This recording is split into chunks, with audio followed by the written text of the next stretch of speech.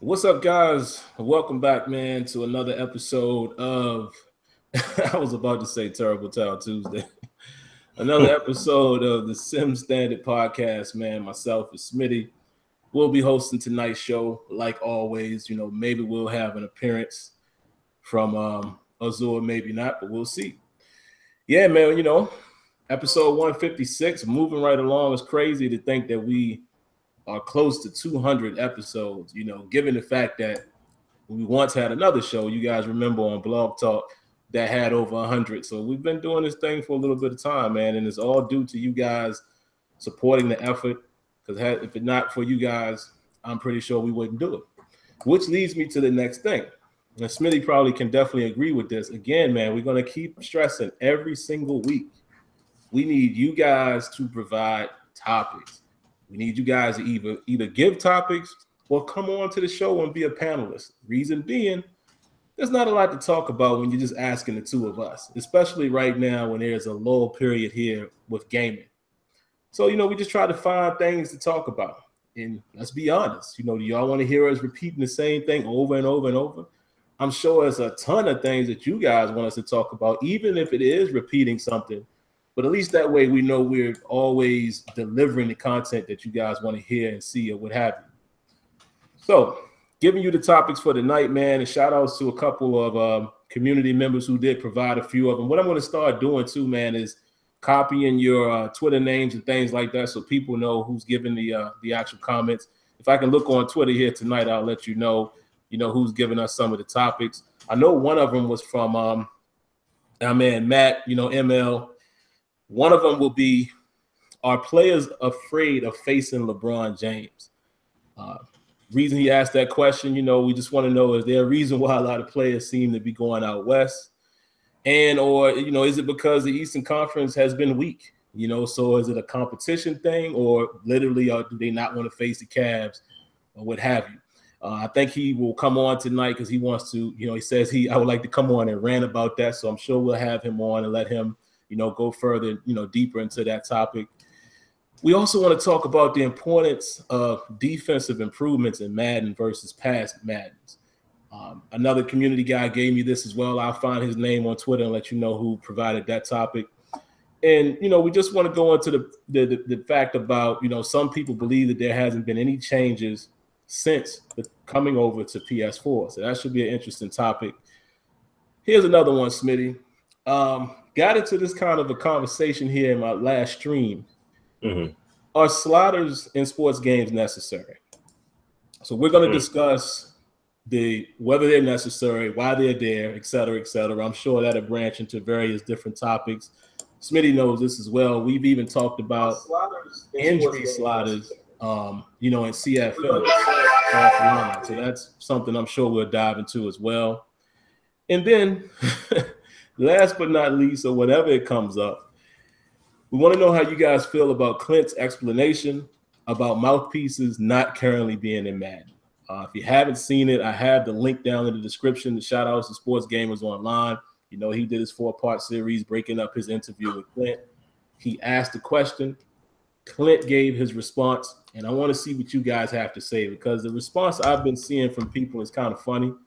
So we'll kind of go back into that topic as well in regards to that, how we feel about it, and, how the community is perceiving what the devs say. These guys tell you the truth and people still don't want to hear it. So we'll dive into that. So, Smitty, let me see. I don't know where to begin. Let me see. They're saying they can't hear us. Is anybody else having a problem hearing us? Can you hear us? Are you able to? Or that's what Matt's saying. Matt's saying can't hear anything. I don't see anybody else saying that. So can somebody else confirm that y'all can hear us before we continue? Please confirm that. Well, let's see. Actually, hold on. Yeah, you should be able to hear us because I'm playing it on my side. Oh, okay. He says it's good now. Okay. All right. So y'all be throwing us off, man, with y'all's issues on y'all's end.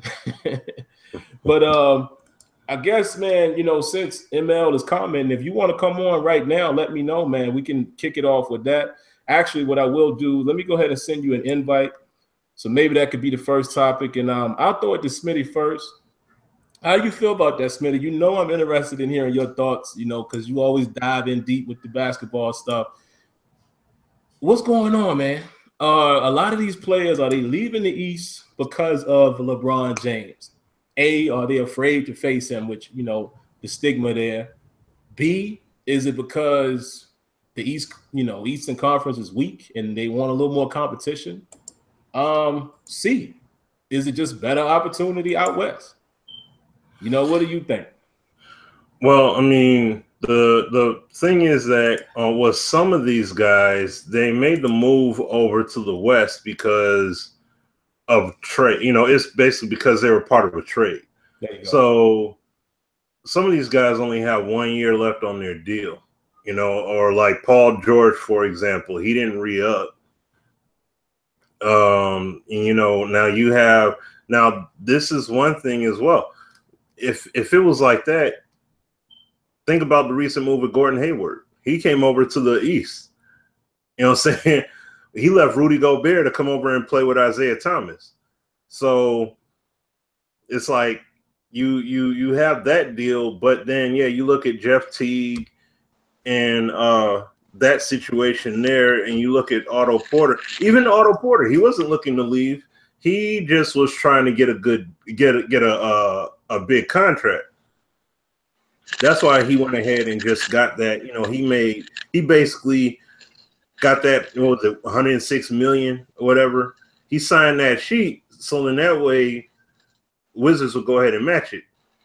So he basically just put their foot to the fire, and they basically said they were going to match whatever offer. So they're going to match that. So he's staying on the East, but I don't think it's necessarily fear because of LeBron, because of what LeBron's doing or whatever, like because of the East. I mean, because of the Cavs, because the way you got to look at it is like this. The more and more you see the Cavs in the finals and everything, the more and more they're going to be exposed. Or I should say the more off seasons. And at some point, teams have to start building up. They have to get better. But it doesn't help none. It doesn't help none when the bet, when your best players, some of your best players in the East, all of a sudden they're dealt away to the West. So it was already rumored, though, about Paul George saying that he was going to go to L.A. Once he became an unrestricted free agent. So he's restricted, but at this point, I think he's unrestricted next year. And then also you have Carmelo Anthony that we don't know what's going to happen with that. But like we spoke about before,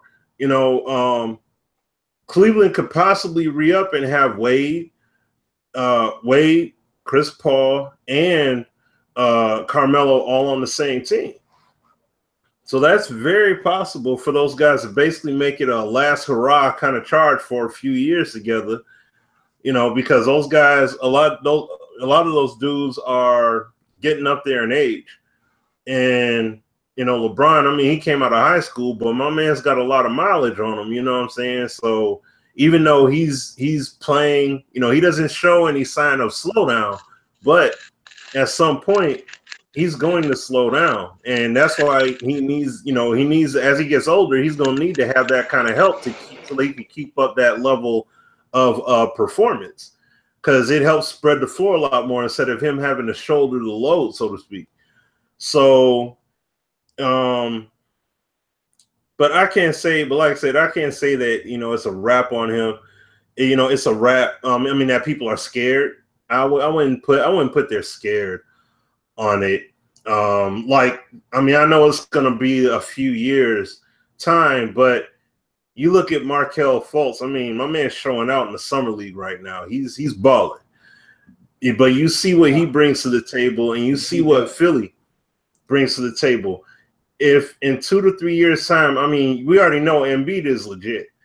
But if you got Ben Simmons and Fultz, at least those guys legit, and they pan out for the next 2 to 3 seasons together, there you go. You got Philly right back in the hunt. You see what I'm saying? Like, as a legit team. And I mean, they can show promise. And also, this is a team that's being heavily slept on as well. Milwaukee Bucks. Oh, yeah. You know what I'm saying? The Bucks, I mean, yeah, they're young. Them to me, they're going through the experience phase that basically a lot of teams that were on the up and coming that they go through. They take their lumps and bruises, they take their experience, go throughout the season, refine their game for the playoffs, and then they give you a much better performance come playoff time. So I mean, they have a lot of length. They have a lot of size. They have a lot of versatility at all the positions there. So they have a real solid team to continuously build with. And, Giannis is going to be a legit superstar in a minute if he isn't already looked at in that way. So, like, I really don't know what else to really say in that regard. But, I mean, yeah, the West is looking crazy. I mean, the West has always been more powerful than the East, but you're going to have some teams that are going to legitimately have some real good records that would probably be a 4 seed in the East, and they'll mess around and be a 7 or 8 seed in the West because they're very stacked up this year. So it's going to be entertaining to watch. But in the West right now, I mean, you could pretty much put it between Washington, Boston, and Cleveland. That's pretty much it. Now, it depends upon what moves happen during the course of the season, because I'll say Boston right now, but at the same time, they're talking about moving Avery Bradley and Jay Crowder and all of them. If you move those guys, then you're right back to square one again. You see what I'm saying? And then you got Jamal Crawford that was traded to Atlanta. He wants to get out of there, and he wants to go to LA and play with Lonzo and them. See what I'm saying? So it's, we'll see how things shape up. We'll see how things shape up, especially when it comes to the season and how Cleveland operates, because Cleveland doesn't operate on we're just going to push through and persevere. They play on, well, it's his fault. It's that guy's fault. Like, they point a lot of fingers at each other instead of just taking the L and saying we got to learn and we got to get better. That's why they don't have that team chemistry, and you clearly saw that in the finals. Because if they had team chemistry as a unit that went through good and bad and ugly together, I'm pretty sure it would have been way more competitive of a series than just 5 games, and that's it. But because they just bring all these pieces in because they're trying to make sure LeBron's happy, that's not going to cut it. So we'll see what happens. Yeah, man. Well, I'll give my thoughts real quick. We have Matt on here, and I want to let him get his time in because it's his topic. But I'll give my quick thoughts and throw it to him. To be fair, I haven't followed basketball as much as far as free agency, so I don't know where everybody is and all of that type of stuff. But I did see there are some guys who've either gone to the West or they're saying that they want to go to West teams. I probably have to echo what Smitty said. I don't think, just me personally, I don't think it's a, fear LeBron type situation. Reason why, I mean, okay, so you get out of the Eastern Conference, right? And look where you're going. You're going over to the West where the Warriors, I mean, really running stuff right now. Come on. Here go Kevin Durant. I saw he signed, 2-year deal or what have you, or 3 or something. Like, I know he has the opt-out option on the second year, but he's not showing any signs of rushing out of there.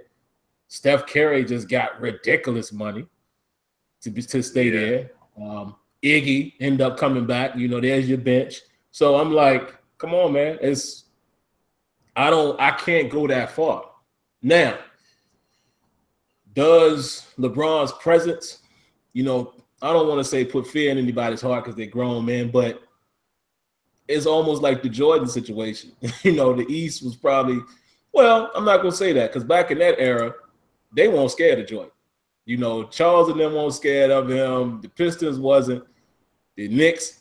But I guess what I'm saying in that regard is, LeBron James is basically what Jordan was in the East back then. He is the guy that y'all got to go through him.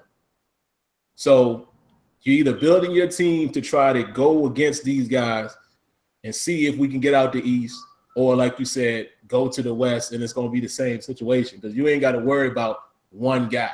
I mean, Kevin Durant is really emerging as probably being the dude right now in the West after the performance he put on. Yes, I still didn't agree with him going to that team after those circumstances, but he balled out. So I can't hold anything against him as far as performance. He didn't ride the coattails of the Warriors. He actually was the reason. Me and Smitty said this while we were out in LA watching the game. Without Durant, I ain't sure the Warriors win that. I'm not sure they win that series without Durant.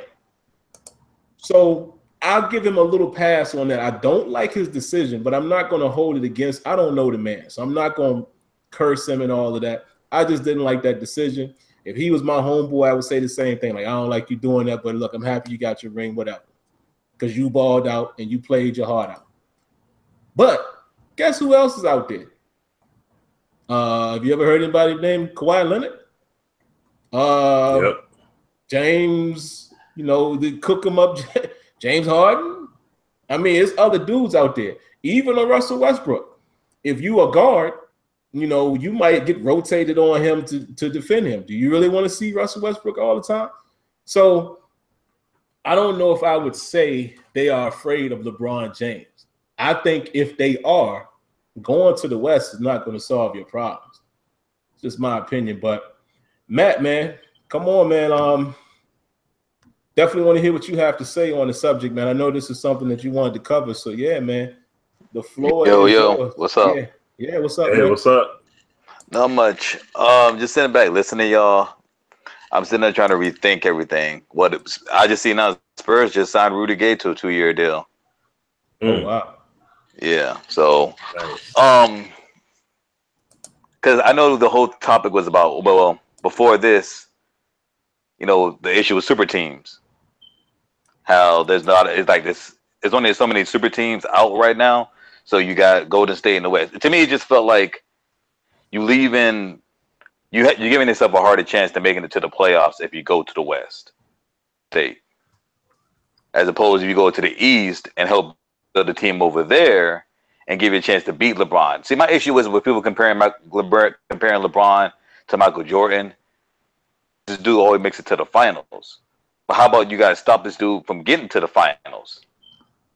How about you build a team in the East and stop him from getting to the finals? I mean, we all know the dude is great, but if you have a team that's capable to compete with them, I don't know so much. Now, I understand the players that got traded. I'm not talking about them. This is players that chose to stay on and not go to the East and help make it better.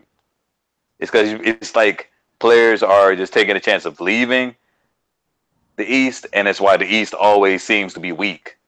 But if more players went to the East side, maybe it would be just as strong as the West. Mm-hmm. That's how I'm looking at it. If why the West is so strong is because I feel like I said earlier, well, Michael Jordan to build a super team over there to compete with them, as opposed to going to the East and help build super teams over there to keep Jordan from making it to the finals. Yeah, that's how my whole mindset is looking at it like that. It's like, why are you leaving instead of going to maybe the Wizards, who have a chance to get into the finals? Going to Boston, who's missing a couple pieces to make it to the finals. Build teams up over there and help them get to the next level, as opposed to leaving into the Kings. So you literally gonna go to the Kings and end your career over there? Why you didn't attempt to go to the Spurs? If you're gonna stay in the West, at least go to the Spurs or something and be a contender for a championship, because you never played in the finals. And the Kings, as opposed to going to the Spurs or another team that's actually contending. I mean, that's just how I'm looking at it. Now, Paul George and Jimmy Butler, them I can't get on. Gordon Hayward left the West and went to the East. Yeah, to play with a coach he already plays with, he already knows with, and to help build that team. I can respect them for that. But those who just decided to stay in the West and I'm just going to stay over here and I'll take my chances with our players that's under the age of 30 and deal with them for a couple years, as opposed to go with LeBron, who's in his 30s, getting ready to almost essentially leave and take a chance to win over there. It's hard to watch it's hard to watch the Eastern Finals because you know exactly who the same teams are going to be. At least with the West, if the West it flip flops, you know what I'm saying? You can have one team get up there this year, and the next team get there the next year. But the East, you're always going to see the exact same teams. It's going to be Wizards, Boston, Toronto, and maybe some sleeper teams, like you said. Maybe the Sixers could probably get in there this year. The You know, last as a 3 seven. years, though, the Warriors. I mean, it's been the Warriors for the last. Realistically, people have expected the Warriors for the last 4 years. You see what I mean? Like, and also the only thing I wanted to say real quick to add to that, then throw it to Smitty. I think the only thing that we can't not take into consideration is money. Like, it's hard for me to say if guys are choosing to leave the East or not go to the East just because when money is on the table. Like, I don't know what type of offers they're getting from other teams or you know, what the situation is. Like, I have to always consider that. If another team is willing to pay me more than they are over there, I'm going to stay in the West too. Unless I'm a superstar. You know, like if superstars is different because like a LeBron can take a chance and go to LA and they might be able to build a team. But if you just, let's say Iggy, and I'm not saying Iggy is not a good player, but Iggy not going to go nowhere in the East and make that team the team to compete. So I can understand a guy like him saying, yeah, I'll stay in the West. I mean, there's no need for me to run off to try to go to the opposite conference because he might not be getting the same opportunity or money. I don't know. What you have, Smitty? No, like what I was going to say was like, if you think about it, like when it comes to the West, at least, when you look at, I would say, I mean, I'm just guessing it here, but if you look at least the last, 10, 14 years, it's basically been Lakers, Spurs, and Warriors that have came out the West. So it's been very predictable as far as who's really going to come out. Like, yeah, even with all these moves made, I can pretty much pencil in Golden State. Now, the only team that I would say, honestly, in the West that will give them a problem, especially since we saw what happened when Kawhi – look, as soon as Kawhi got hurt, the series was over, okay? They were up, 24, 26 points on Golden State. So a healthy Kawhi, and this team comes back. Let's say they come back with a healthy team, and you got a healthy Kawhi, and you got Rudy Gay there too. Yeah, that can cause some issues for Golden State, and that can end up being a legit series where they push it to 6-7 games, or maybe the Spurs just wipe the floor with them and get to the finals. But it's like, I mean, unless the chemistry just gels so well over in Minnesota, I doubt those guys are going to come through first year and just get there. Like, it usually takes a little bit of time to develop some chemistry. And I mean, yeah, they're getting two good players, Jeff Teague and Jimmy Butler's nothing to sneeze at, but yeah, I still don't think it'd be enough to be that good of a team to come out of the West. But it'll, like I said, it'll be entertaining, but it won't be like ultimately you know who's gonna come out. It's not gonna be like Paul George. Paul George ain't on the level Kevin Durant is, and Durant couldn't get it done. So you know Paul George is not about to get it done over there with Westbrook. So it's like and then you got Chris Paul who's coming over to Houston where to play the position, because I mean essentially he's playing the position that they just put Harden at, and it worked well. They finally had the whole equation, and now we sent the bulk of his backup talent, his bench players that were getting the points and getting production. We shipped that all out for Chris Paul.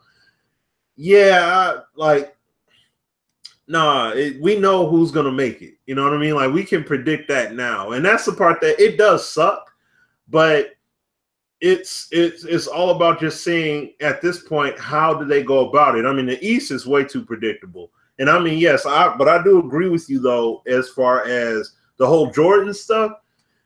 That's done.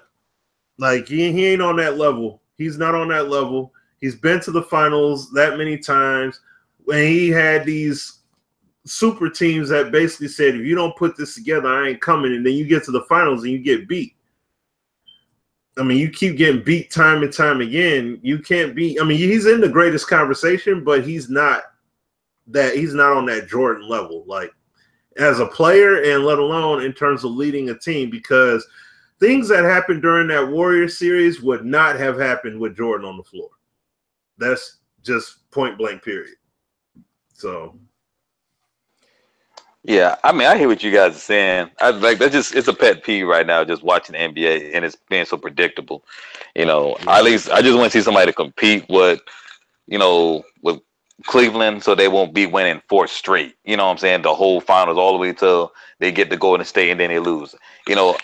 At least with the NFL, there's always a chance it's gonna be somebody different. Somebody makes a mistake, and it's only you only get one chance to get there. So that's what I actually like about the NFL, because not everybody is trying to bandwagon on one team. It's not going to work that way. So right. That's my biggest thing about watching NBA right now. When it starts back up next year, is the whole thing. Like, I'm actually looking forward to seeing Sims his 76ers, because they went through a drought for a long time. Now they may have, like I said, they may have a squad, so it just it all depends what happens. But I'm looking for Washington to make some moves and Boston to make some moves. The Toronto team stayed the same. So we can expect them making it to the playoffs, granted that everybody stay healthy and nobody gets injured by then. Mm-hmm. But, what's the point of watching the NBA playoffs, sitting time watching playoffs when you know what's going to happen? If LeBron get hurt, then maybe we get something interesting. Kyrie will have to take over, but other than that, man, we watch the same thing for the next couple of years, and then nobody wants to watch Golden State and Cleveland go at it 10 times in a row. Yeah, that's what I was gonna say. Is I agree, but it's hard to come back to the original narrative of the East, because it's the same exact situation in the West now with talented teams, and it's still. I mean, Golden State didn't lose. They lost the one game in Cleveland in the finals, but they did the exact same thing that you just mentioned about Cleveland. So my only thing is they did it on purpose. They lost on purpose. So what's different is my only question would be to what we're all saying. What is the difference with what the Warriors are doing versus what? It's the same thing on both sides. So I think we need balance in the East and the West to allow more teams to come out of either conference, because it's the same thing. And look at it, even in the beginning of the year, all of us was like, oh, Warriors, Warriors Cavs trilogy. There's no way we should be saying that. We shouldn't just assume Warriors is coming out the West or Cleveland is coming out the East. And that's where I think both conferences are like it. Well, I agree. Like, I don't want to see the same teams. Like, I'm not big on super teams. I don't really care for super teams in general. I want to see everybody have a chance, so that way we all are surprised that, okay, this team made it. I agree. Like, I don't want to see super teams go to the finals every year. I want to see different teams. It gets stagnant, it gets boring. Mm-hmm. So I do believe it needs to be some balance, but I don't know how you fix that. Yeah. That's the next question. That's what the NBA needs to figure out. How do we fix where the West has been weak for like the past 20 odd years, and and the West is still getting stronger. It just, I don't know. Like, I really don't know. It's hard to combat that, because we don't know. We're not in control. We just have to sit back and watch it. The balance could get interesting over the next couple years, though, because looking at the East, like Smitty said it too. I look at a Bucks team that, excuse me, at any given time, man, they look like they could be a team that could be somebody at some point. I'm not trying to be a homer, but the Sixers is, I mean, we putting something together over there. You never know. And Boston. The only thing with Boston, man, I still just feel like I don't think Hayward is enough. I still feel like they need another guy, maybe a 3 or 4 that can create like a score. I think they're missing that. I don't think Hayward and Thomas would be enough to, outlast or, beat up Cleveland. I don't know. I like Randolph would have probably been like a decent fit for a rebounder because they need somebody to get rebounds outside of what you call it. Same thing to do the center that plays for them. I can't remember who that is. Oh, Horford. Is it Horford? Yeah. Al Horford. Yep. They need somebody to get some rebounds with some veteran skills who knows how to bring a team together to win. Where did Randolph go?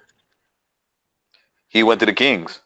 Oh, he went to the Kings. So him and Vince must have got together. Yeah, because because Vince going there too, which that doesn't. I don't get it. It's like they're ending their career. It's like they're ending their career there. Like I want to end my career on like one of the worst teams in the West, man. Like that doesn't make sense. Z-Bo went to the Kings. Yeah. If I'm wrong, I apologize. But from what I saw, it looked like he went to the Kings, bro. I was like, oh my god, are you gonna really kill your career like this, bro? Like you better hope that team makes it to the playoffs and like by the time before you retire, because it'd be like a waste just to get paid to go over there and lose. I don't know how many. I mean, was it 2-year deal, right? Okay, now I would say this: if even with De'Aaron Fox, he's nice, but they ain't going nowhere. And I'm like, 2 years. There's that one high school kid, Zion Williamson, that'll be. Oh yeah. You know, I mean, more than likely, unless he just, doesn't do good in his first year of college, he's coming straight out. And now, if they end up and they luck up getting a high pick and he ends up being a coveted top pick and they get him, then he'll be there for the very tail end of seeing what this kid could do. But that would be the best bet. I mean, that's a long shot reach. But I think Vince could have, came back to the East and played for he could have came off the bench for Cleveland, gave them some adequate minutes or something like that or whatever. Or he could have went to one of these other teams in the West and been a better piece. And Z-Bo should have just stayed where he was at. Just stayed and went to the Spurs. I would have been fine with him going to the Spurs, but you just want to leave and go to the worst team on the West, bro. Like no, man. God, don't do it. Don't do it. No, I did not know that. Yeah, man. I heard Patrick Patterson went to the Thunder. Yeah. Their squad is getting a little bit better. You know what I'm saying? Yeah. They got a chance to stay in the top 5 of the record. That's just everybody playing consistent and trying to get the pieces together. Because that's is going to be a chemistry issue. Wait a minute. Somebody just said Kelly Olynyk got $50 million. Who? Kelly Olynyk. Oh yeah, he stayed with Boston. He went to Miami. That's $50 million. Hey, that's the NBA climate. $50 million. Oh my! Look, God. Otto Porter got 106 mil. That let's see how it is like. He should have stayed with the Wizards, man. That team made him, and so now he think he can go out there and get big money. No, he is like they're gonna match the offer sheet. They're gonna match it. Wow. I thought he signed with them already. I thought he signed with the Nets already. No, he signed the offer sheet. Yeah. Washington's gonna match it though. They said they're gonna match whatever he signs, like whatever the amount. Okay. I love they're trying to keep him, man, because that team made him. He's going to go to a team and expect to get paid that much money. And oh no, that's what he did though. What he did was smart though. He basically made the move instead of letting them dictate the amount. He just went ahead and got it and said, "Okay, now y'all got a match or let me go." So I'm pretty sure he got the insight they were going to keep him. He just made that move. Gotcha. Well, man, let me get definitely want to get my man Donald on here. He's been trying to get on since last week, man. I didn't know if you wanted to jump in on this topic or if you had another topic, but what you got for us, man? I mean, it's the same thing y'all was talking about, man. I just saw Rudy Gay just went to the Spurs. Yeah. It's crazy. And talking about Otto Porter, yeah. I want to talk about why everybody going to the West. They see that big bully in Golden State. They got Nick Young, and they like, hey, we got to take them out. You got LeBron in the East. So, I mean, the West is going to be interesting. They're going to be up on the Warriors a little bit. It's going to be interesting, man. There's some pieces out there. It's just that's what kind of ties me up with going along with saying that maybe the players don't want to be in the East because of LeBron. Because I'm like, To me, it seemed like in the West, you're gonna have more problems. I mean, LeBron, the East is weak. We know that. But all right, so let me ask everybody on this panel. So would you go to the West with outside of money? Would you go to the West and deal with Golden State, or would you go to the East and deal with LeBron? I'd rather deal with LeBron. No, I'd rather deal with the East. I'll deal with LeBron. And that's the point. You would rather stay in the East, so that's why I don't know if I can say you're scared. Exactly. You got a chance in the East. But they were traded. But that's the key thing. The key thing is that the guys that went over there were trades. It's not like they just said, you know what, I'm a free agent. I'm gonna go to the Thunder, and I'm gonna go to Minnesota. Yeah, like them. I'm not knocking. I'm not knocking them. They can't. They wasn't in control of none of their destiny. I can live with that. Yeah. But the ones that were in control of their destiny and they chose to stay over there, regardless of money, instead of like, I want at least have a chance to be in the finals. If I can go to the East, at least make it to the finals and take out LeBron, so I can at least have a chance to be in the finals, I can respect that more than being like, okay, I'm gonna go to the West, just make it to the playoffs, and I'm gonna lose to Golden State, and then that's gonna be in that year. East and play against LeBron James and have a chance to beat him, because number one, he's getting older.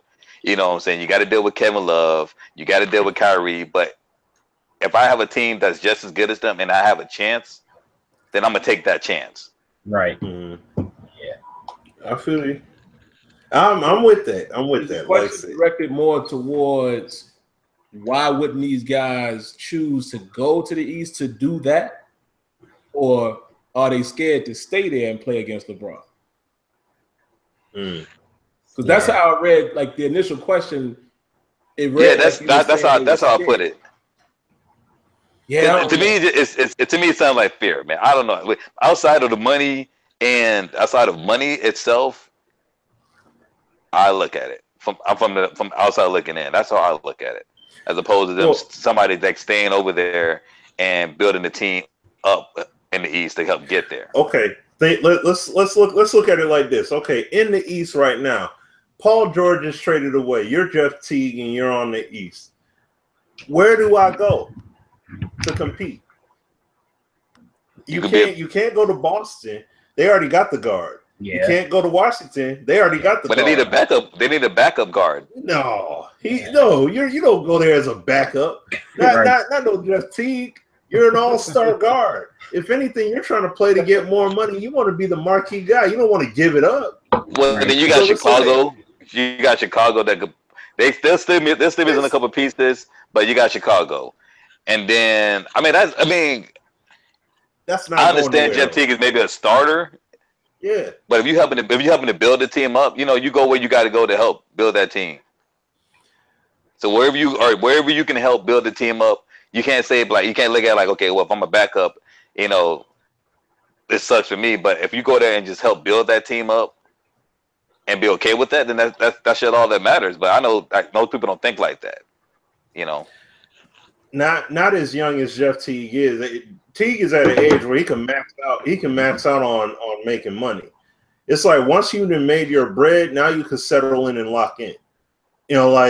He's like, I wouldn't say at his age and his point in his career to make that kind of move and say, you know what, I'm gonna be the backup. Hopefully everything goes smooth, and then what I'm gonna do is I'll get the big deal when I leave. After whatever year deal I take. Like, so what do you do? Like a 4 or 5 year deal? 4-year deal, I think he did. So you take that with you. You spend that time with whether it's Boston, whether it's, Chicago. Well, no, Chicago ain't going nowhere. Washington. It's really just those two teams. I mean, Toronto's not going to get there because you need DeMar to show up. And we all know in the playoffs, he just goes away.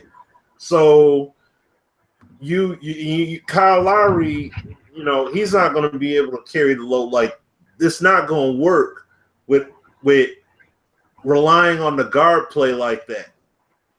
You don't have enough of a team to do it. That's why it's like, where am I going to go on the East?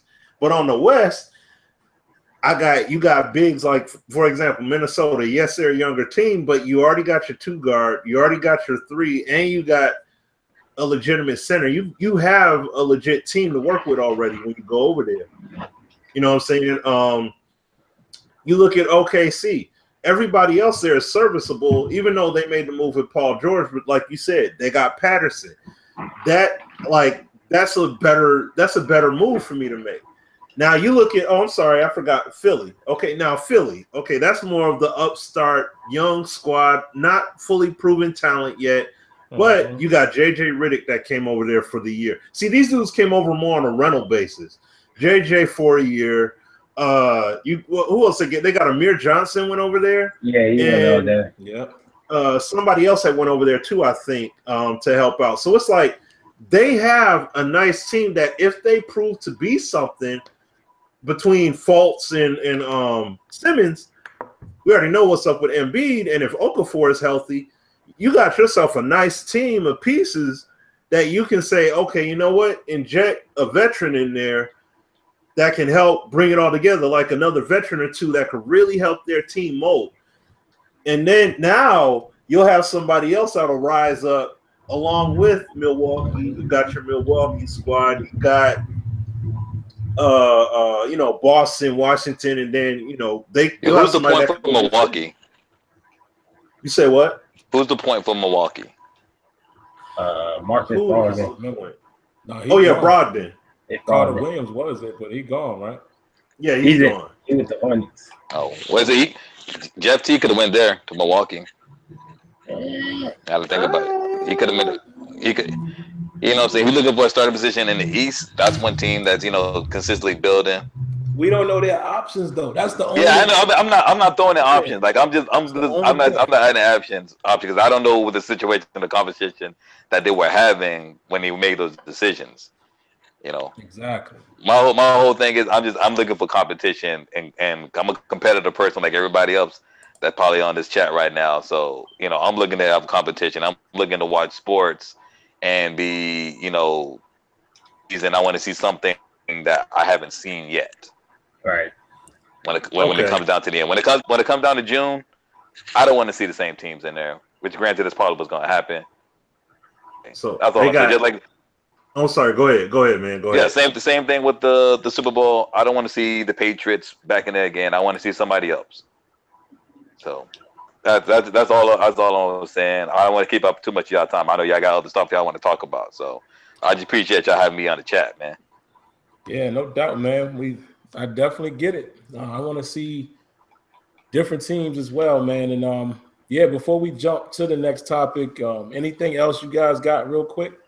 I was about to say, that found out Vince Carter and went to the Kings. So. Oh yeah, that's what we were saying. Yeah, that's crazy. He went down there with him. Yeah, he signed a 1-year deal with them. I don't get that move right there. Yeah, I agree with what he said. I don't want to see the same teams. Like it's the Patriots, and I got all respect for Tom Brady, but I want to see somebody different. I want to see Big Ben back there. I don't know, man. As much as I want to say it, to me, it comes down to the Steelers defense, man. I mean, I'm not one of them. Y'all know this. I'm not one of them Steelers fans that's delusional. Like I hate delusional fans. I understand the team we have. They are still. Can we do something about the Cowboys? This is getting ridiculous, bro. They shooting themselves in the foot. Every time they make it one step forward, they go one step back, bro. The NFL has to step in, to me personally, and do something about the NFL, or particularly the Cowboys. And whatever team is having issues off the field that they can't play on the field. Like, you're paying all this mad money to these people, and they can't even stay on the field to play a whole season. That's their problem. They got to do something. It is. I mean, what are they going to do? That's a real question. What are they going to do? You can never control a player and how he's – look at us. Martavis Bryant had plenty of chances before getting suspended for a full year. I mean, what you gonna do? I don't think there's a way you can govern that. I mean, because it's gonna happen. It just so happens that some of the certain teams, it seem like, for whatever reason, the Cowboys have guys that get in trouble like that. Steelers have had a few issues, not as many, but a few issues like that. I don't know. I don't know how you govern it, man. I think these dudes need to be more responsible for themselves.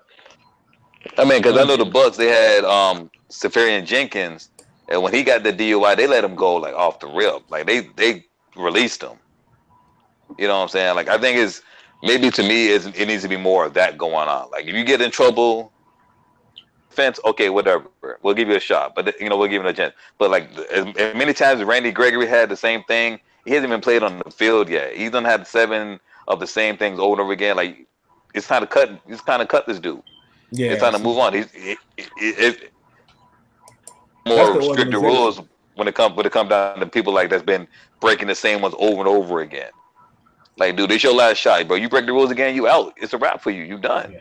You need to go work at Walmart or something, because you can't work in the NFL. Like, what team are going to sign you with the same thing? You can't even play. Like, why do I waste my money on you? Yeah, it's kind of like that though. I mean, because who signed Johnny Manziel? and So I think it's already like that. I think certain teams are just willing to stick their neck out a little longer. They seem to be that type of team where they will chase. I mean, Jerry Jones been doing it. I mean, let's go back to the Coke days. You know, he been doing it with Irvin and them. I mean, so it's no surprise to me. That's just the organization. Yeah, I heard about this dude that hit the lady with his car. That played with a cowboy, hit the lady with his car and pulled a gun out on the other dude. I was like, yo, these guys are tripping, bro. I heard about Skip and Shannon today. They was talking about this football player. I can't think of the dude's name. Oh, you talking about it was on the top. linebacker? His last name Collins. Yeah. His first name. Yeah, the dude hit somebody with his car and then pulled his gun on somebody else, bro. Like, it's like, it is crazy, man.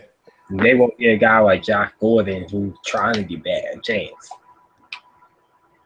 Absolutely crazy, man. Well, fellas, we definitely appreciate y'all coming on, man. We got to jump to the next topic. We always appreciate it. Don't be afraid, man, to continue to throw us topics and come on like y'all did. This is what we like. We definitely got to keep it moving, man, to get some more of these topics in. The next thing we're going to talk about here, man, is I'm trying to read the comment. I put it in the chat, but it's a guy here on Twitter. His name on Twitter, I don't know what your name may be on YouTube, but obviously he says he watches the podcast. Name on Twitter is BlackJoker_BJ. So shout out to you for providing the actual topic. I will read to you guys verbatim what he said, because I tried to get some clarification on it and he never replied. So I'm going to try to take it in a direction where I think, Smitty. But what he says here, he says, here's a good discussion. The importance of defensive improvements versus past Maddens. He says, I honestly haven't seen nothing since PS4 was released.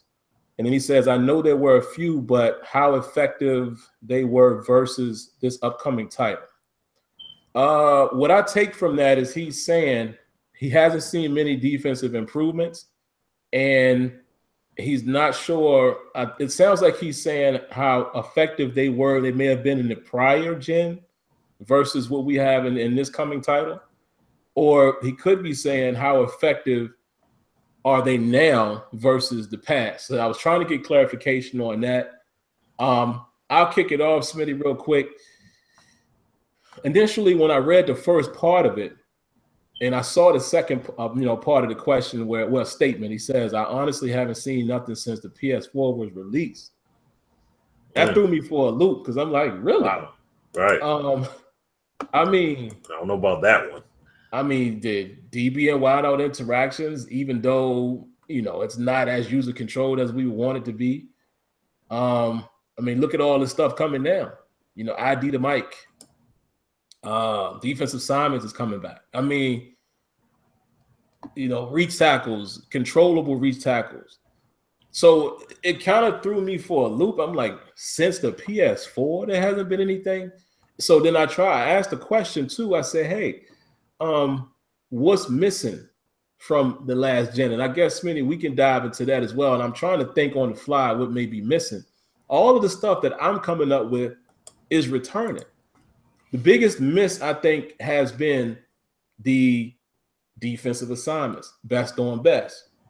It's coming back with the coaching adjustments, and it's actually a little more in-depth than it was in NCAA. Here's another big improvement. This zone play that they have implemented was not in prior Maddens. So what else is coming back? I guess I would say, yeah, to me, and I may be not remembering everything, and I know you will cover anything I missed, but to me, the only thing that really hasn't been there as far as what was in prior Maddens was the defensive assignments. Everything else that they have done since then wasn't in their game before. You know, the zone play, maybe, because I know you and I both have seen prior Maddens in terms of the logic, but the way the zones are built and covered now was not in any Madden before. It wasn't in any other video game as far as the logic where they're reading the 1, 2, 3 receiver. That wasn't there. What am I missing? Let me see before I throw it to Smitty. That to me probably was the biggest misses of the current gen that is returning in Madden 18. The best on best, and being able to take from NCAA and have those coach adjustments where you could, tell your guys to play aggressive, play conservative, play the best receiver based on overall speed, height, et cetera, et cetera. But that's it. Is it anything I'm missing, Smitty? And how do you feel about that general comment where he says the importance of defense improvements versus the past Maddens, and he honestly hasn't seen nothing since the PS4 was released? Yeah, no, I got to fully disagree with that one because, I mean, it's, Madden, the secondary play has improved over the years. Catch animations have improved. Pass placement has improved over the years. Adjustments and how you're able to make them have improved over the years. So it's like there are multiple things. Physics have improved. Tackling has improved. Like, yeah, a lot of it has improved over the course of time. Gang tackling. That's another thing. Right, yeah, like the physics-based tackling like that. Like, I mean, you still have your animations, your scripted animations in there, but you have that physics tackling in there now, and it's like that's huge. So, and that's even more cleaned up now, and it's so much better with the frostbite. Like the frostbite physics, or have you like Rex was basically saying, you definitely are going to see the difference with those frostbite physics in the game. But what I will say, what I would say is that when it comes to the defensive side in general, like, and it's interesting that he brings that up, especially for this year, actually, because they definitely worked on the defense. The zone play is a lot better. The man defense is much, much better. Man coverage, shading. Yeah, the shading much better. You can finally, like, it's been a long time coming, but you can press you can press tight ends. You know what I'm saying, off the line. So like you could finally do that. So it like and also the safety play, the deep zones. They will bite down on that ball tough. Like better than they ever have before. They are a lot more alert, a lot more aware. You see the players head on the swivel because, like, between Sim and I, we were looking at, numerous replays where picks would happen, swats would happen, all that stuff would happen, and it was beautiful. It was beautiful how it all played out accordingly. So it's like it does work. Like it does work, because I know that these are aspects that were not functional or as functional as they needed to be before, but it definitely is working. So it's definitely working this year. So let me see. Defense still being down the middle of the field. Oh, okay. So like, to go off his question now, the one thing I would like to still see is I would like to see adaptive AI come true to form. Okay, that's something that would go a mighty, mighty long way in regards to Madden. And I mean, we need this game to resemble FIFA. And that's what we always bring up. And just like, Sim and I dialogued about this the other day, we had a discussion where people are asking about the different mode settings and stuff in regards to Madden replicating simulation. And it's like, when you bring up the defensive play, it's like this is another intricate facet that, yes, it's definitely improved, but there still are other things that tie into how defensive play will work. Like, for example, if you talk about a wideout DB a true wideout DB interaction is jostling the whole way from press to while you're running the route to when you actually go up for the catch and interacting the whole way.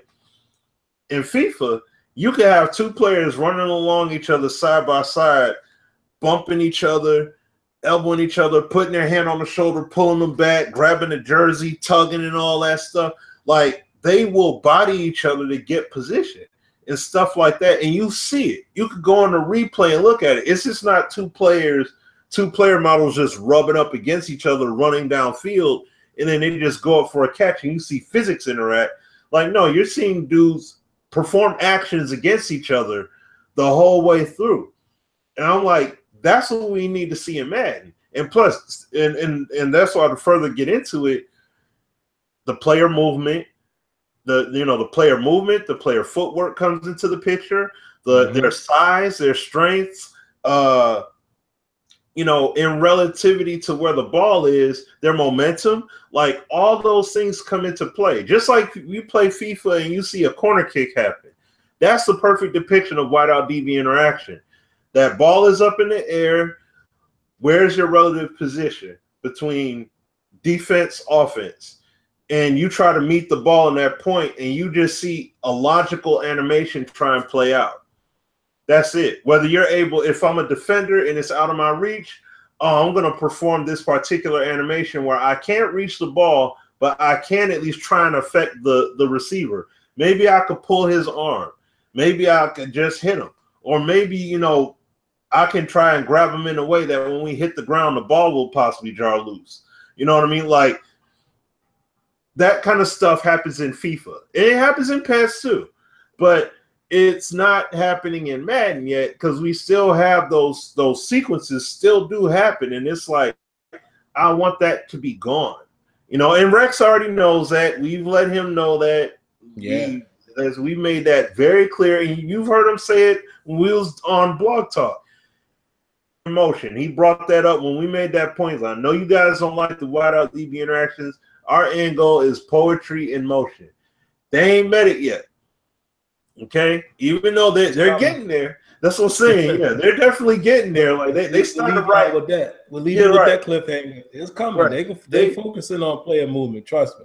Yeah, like they writing a few lines of the poem, but it ain't there. So they doing some work. And like Sim said, they're still doing some work with it.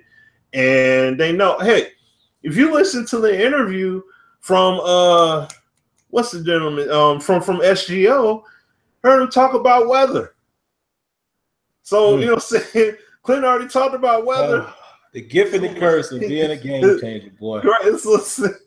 Yeah, and I mean, you see, he talked about it publicly there. We already knew about all that. See what I'm saying? But he talked about it publicly there. That's why I'm saying, that's why we always emphasize, listen to these interviews that are said. They're telling you the whole future if you just listen to what's being said. Yep. You know what I'm saying? But I'm sorry to bring it back to my man's point is, like I said, those elements that Sim and I always talk about in FIFA and bring those points up and say, look at the player movement. Look at how they jostle. Look at all this. And I got control over what it is I'm doing. It's like, take that and put it in Madden.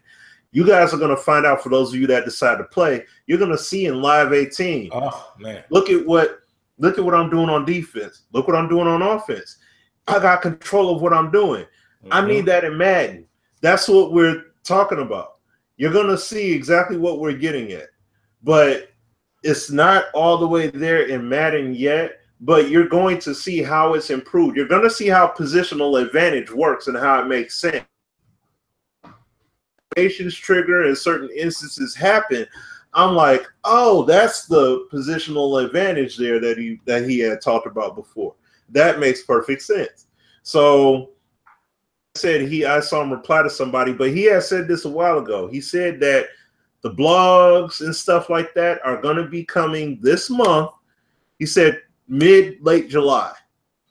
that you're going to start seeing some information. So just be on the lookout for that, you know, if we don't get any gameplay first and foremost. But we all know what the deal is in that regard. Rex already said it. It's because of marketing. So it's not their issue.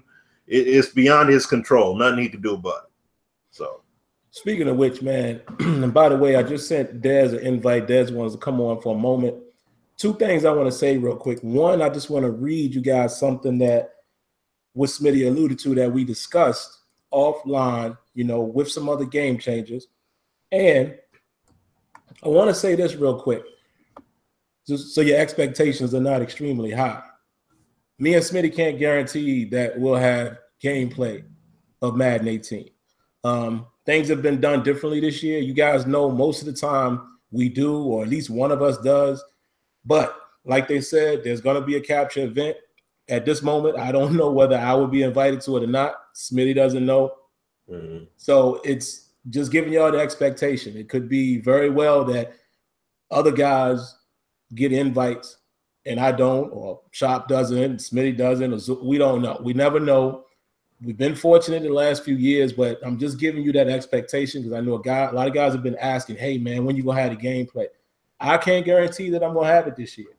Last year, I knew I would have gameplay at EA Play because we already knew that. This year, we knew in advance as well that we weren't going to be able to capture. Couldn't tell you guys that until we got there. And right now, it's just a matter of whether or not one of us is invited to the capture event. If not, you can very well expect that we normally have the game before it launches, right? Worst case scenario, for you guys who don't have an Xbox, Smitty and I both have both consoles. So the worst case scenario, I'm sure we're both going to stream extremely, like hours upon hours once EA Access is available. Again, like I said, we'll probably have the game by then. But just putting that out there. Hopefully one of us or both of us is able to go to the capture event, because the only nugget I will give you, what's kind of allowed one of us to go the last couple of years, is the fact that I feel like I could just be saying this. I feel like that Rex and it's really not up to Rex and them all the time. There's community managers, et cetera, et cetera. But I feel like they do want representation from all areas, you know. So it's usually a sim guy.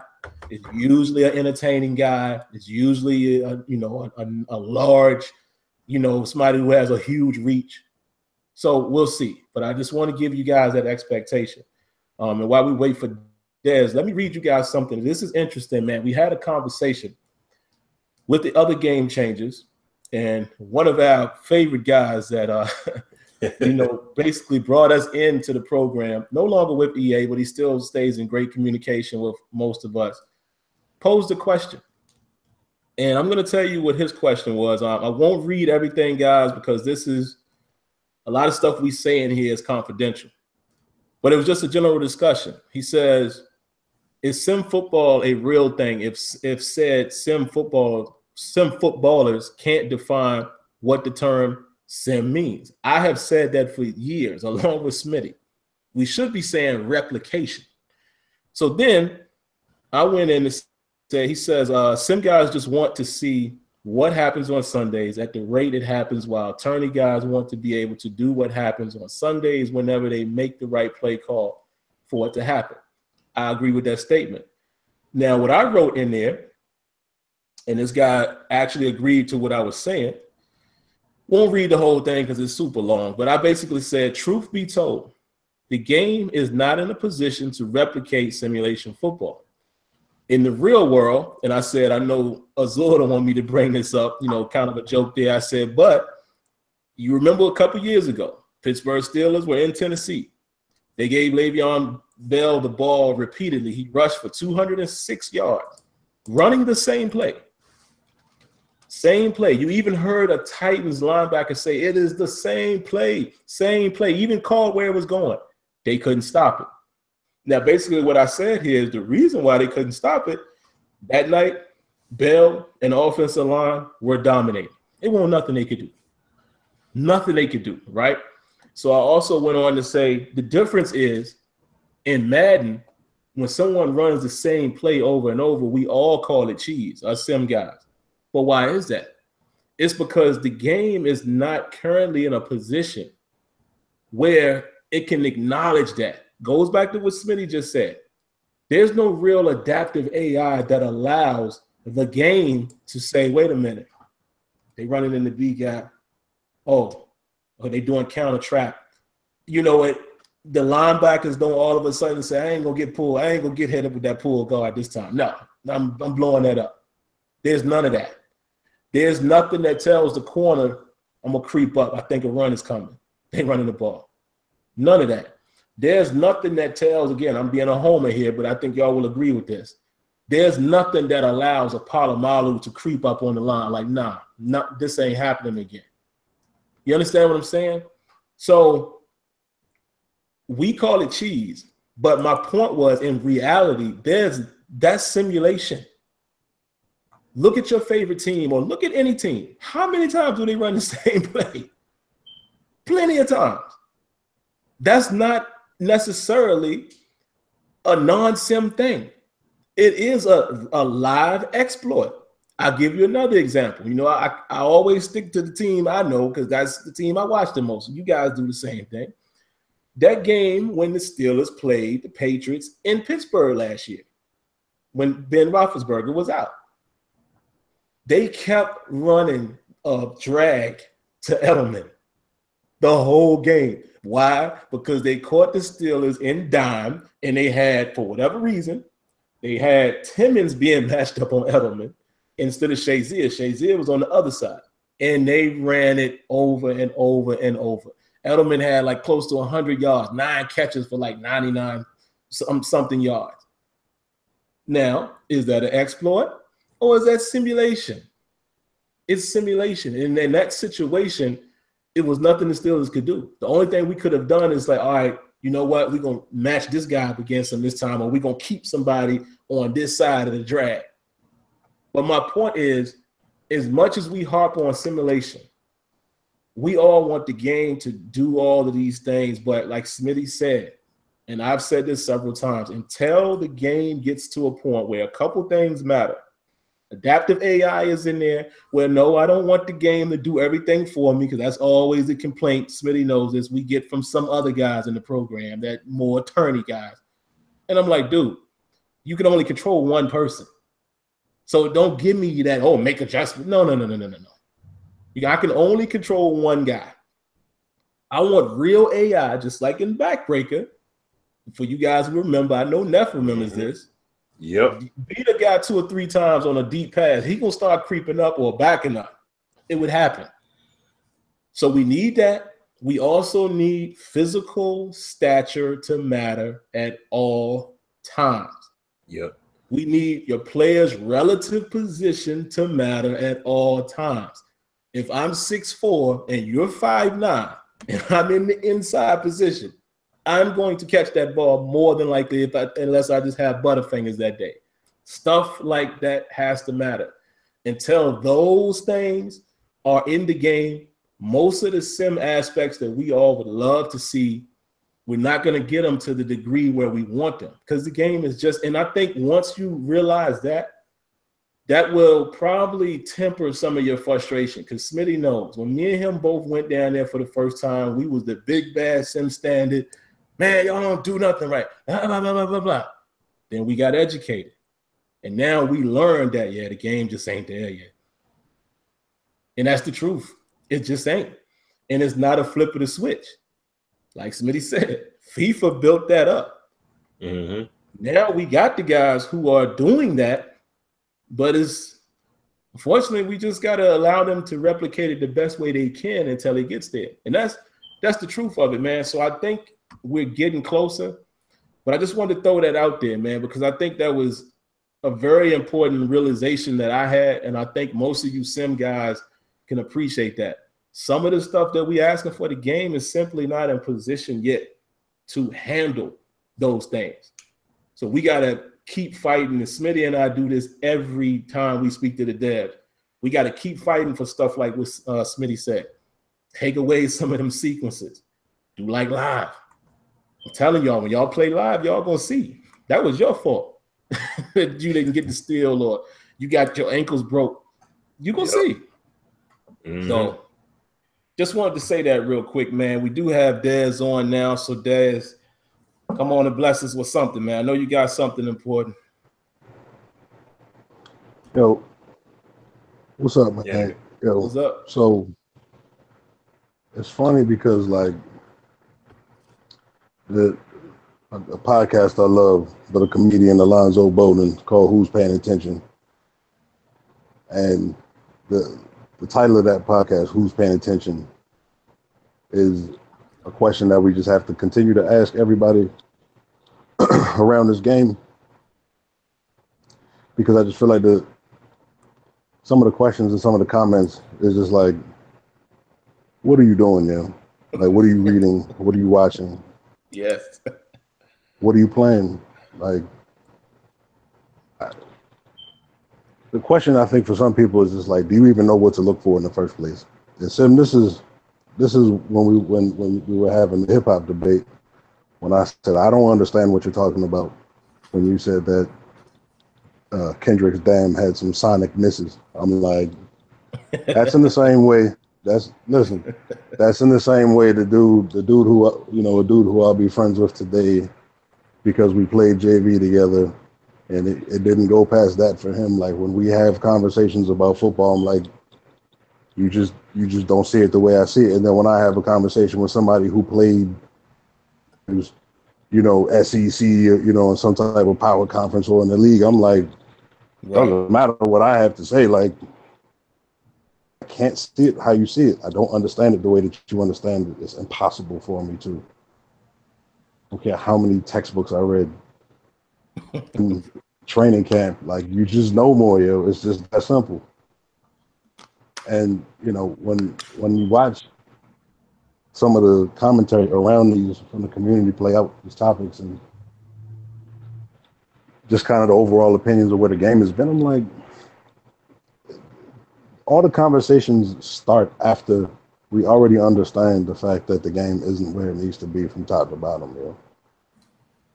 Gameplay, presentation, mode depth, anything you can think of is not all the way there, yo. And I don't know if there's a game that is in sports, at least. I guess people would say FIFA. I don't know FIFA well enough to say whether it is or isn't. If the question is, I haven't seen any improvements since this console came out 5 years ago. Like, what? Are you paying attention? Just like you said. Wow. Just like, what is happening? So it's just funny, man. I'm gonna leave it at this because this is just my opinion. Like, I feel like a lot of, like, you look over the course of history, like the history of man, people have collectively been as dumb as we are now, collectively. I only say that because we have so much exponentially greater access to information than anybody else ever has had. And if you can't just do the education for 5 minutes to just save yourself, I don't know, like, I'm the type of dude where, like, I'll at least Wikipedia something before I make a point that's gonna easily be shouted down by some facts. So I'm like, I might feel this way, but let me just double check it. And one of the strongest things that y'all can do, anybody who has doubts about what's happening with Madden, just type in Madden 15 E3, Madden 16 EA Play.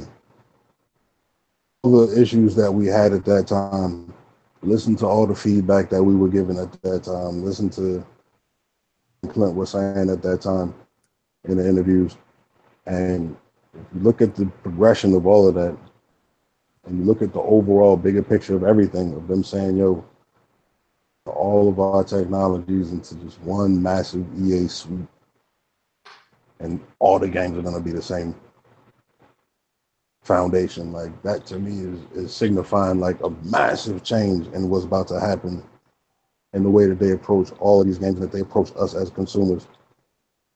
So I just encourage everybody to just listen, like, You get all these extra little side quest nuggets from the Sim Standard podcast crew, kids, and the guests.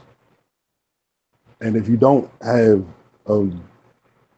any idea that whatever we're talking about now is going to be an action item at the very least 2 years from now, possibly next year.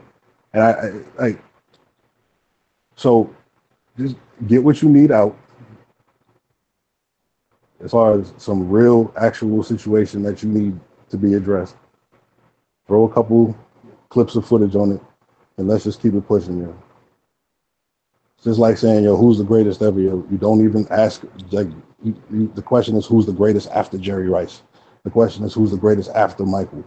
Right. Like, we have to just understand that certain things are just understood, And if you don't understand where we're going, I don't understand what you watching or what you listening to, So, listen, we got 3 weeks, We got 3 weeks. We almost made it, I hope every single one of y'all teams, players, stay out of trouble and stay healthy this offseason, man.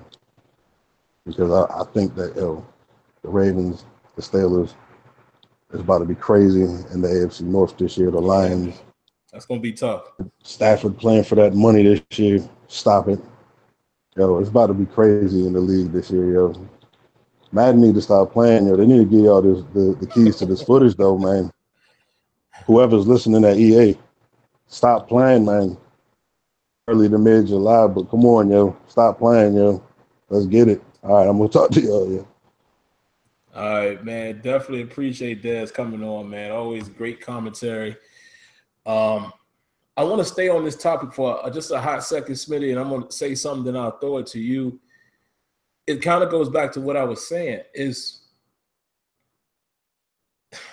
until the game gets to a certain level, there's certain things that you just won't be able to achieve. Now, you could definitely argue, when are they going to get there? That's valid. But what we could definitely say is, they're going to get there. There's no question. The only way it won't happen is if marketing and communications and all those other people who have a little more say-so, unless they just say, we ain't doing that. That's the only way that it won't happen. The progression that you have seen from the team right now, trust and believe is going to continue. And even further, as long as they are allowed to do what at least they can do with the time that they're given. But that's a valid statement. When? I get it. Because trust me, if I wasn't on the side of things that I'm on now, I would have the same questions. Unless I was still able to interview them and such and get the same information without being a game changer, then I would say, oh, yeah, well, I get it. Thus, what you hear from 757, guys like Dez, DJ81, a lot of these other guys, and Waukee out, that they get it. You see what I'm saying? They not behind the curtain. They just listen and watch. So it's definitely important for me to say that. But what I wanted to talk about real quick, Smitty, and then I'll throw it to you, is our man Erlacher 51, definitely a loyal viewer and commenter. He said, the thing is, in Madden, there are certain plays or routes that can't be stopped no matter what defense you call to stop those plays or routes. Now, this ties directly to what I was saying. Truth be told, that can happen in the NFL for a couple different reasons. One, I actually outlined about 10 minutes ago, the matchup. There was absolutely nothing that we were going to be able to do to stop Edelman from running that drag route as long as Timmons was on him, right? Now, let's say we put two people on him and stop that. Somebody else is open. In the NFL, realistically, when a guy is wide open, most of the time, it's a blown coverage, miscommunication, or pass rush didn't get there, and it allowed the receiver to work long enough to get open. Because trust me, receiver is going to get open. I don't care what DB you got. The quarterback get 5-6 seconds. They're going to get open. That's how it works. Pressure usually is the reason why coverage looks better. If somebody can cover their man for about 3-4 seconds, that's a win. because you hope the pressure is making them get the ball out of there. In Madden, however, the problem is twofold. When things like that happen in Madden, most of the time people go right to the whole point of, oh, the game is broken, it can't handle this, it can't handle that. But do you ever consider, is it that you just want it to work all the time? Y'all know I've said this before. I've been an advocate of saying this, and this is our community. So I put myself in this community, even though I don't do this. The sim community we are just as bad as tourney players in terms of what we want to work and not work. Because the complaints I see from some people is it just didn't work for them, so they're upset. We are sim gamers, but a lot of guys, let's be honest, you might have to look yourself in the mirror. A lot of you guys want everything to work the way you want it to work when you do it. Mm-hmm. That's the video game nature, where there are a handful of us that we accept it. Smitty knows this. I usually accept those things. He usually accepts those things as long as it's not a flaw. Like, as long as it's not where the flaw that we've seen in Karen and past Maddens, where the lineman just stands there and just looks like this. He ain't doing nothing. That, I can't handle that. Right. But if I see him at least trying to block, dang, I got sacked. Or if I see the receiver, because this actually does happen in Madden 17, if you go and look in replay, every now and then your receiver will run the route different. They don't always run it the same way. If I could see, oh, why did he swing out like that? I was expecting him to be there and I threw the ball too early. Here's what it is. But most of you guys, I'm telling you, a good amount of people in the sim community, if it doesn't work every time, is broken. And what I'm saying to that comment is there are routes that can't be stopped in Madden. But it's just like Anthony White will tell you. He's told us this in person. Y'all know A-Dub is like the defensive guru. He's like, man, there's a route that beats every defense. Every single defense.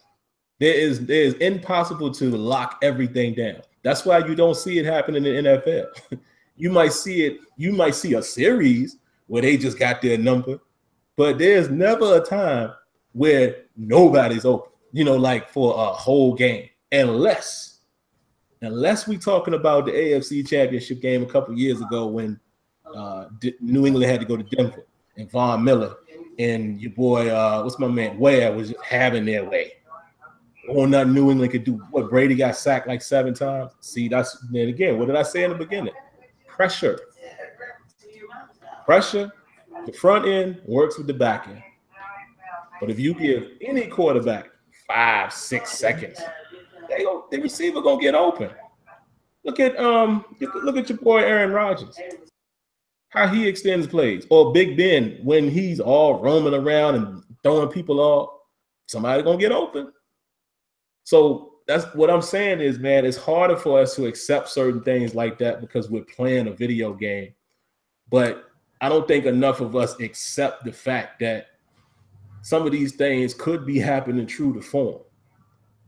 But at the same time, there are some things in the game, obviously, that there's glitches and things like that, like the nickel blitz. We know that. So it's just different, man. I just see things a little different than some other people. That's just my opinion on that.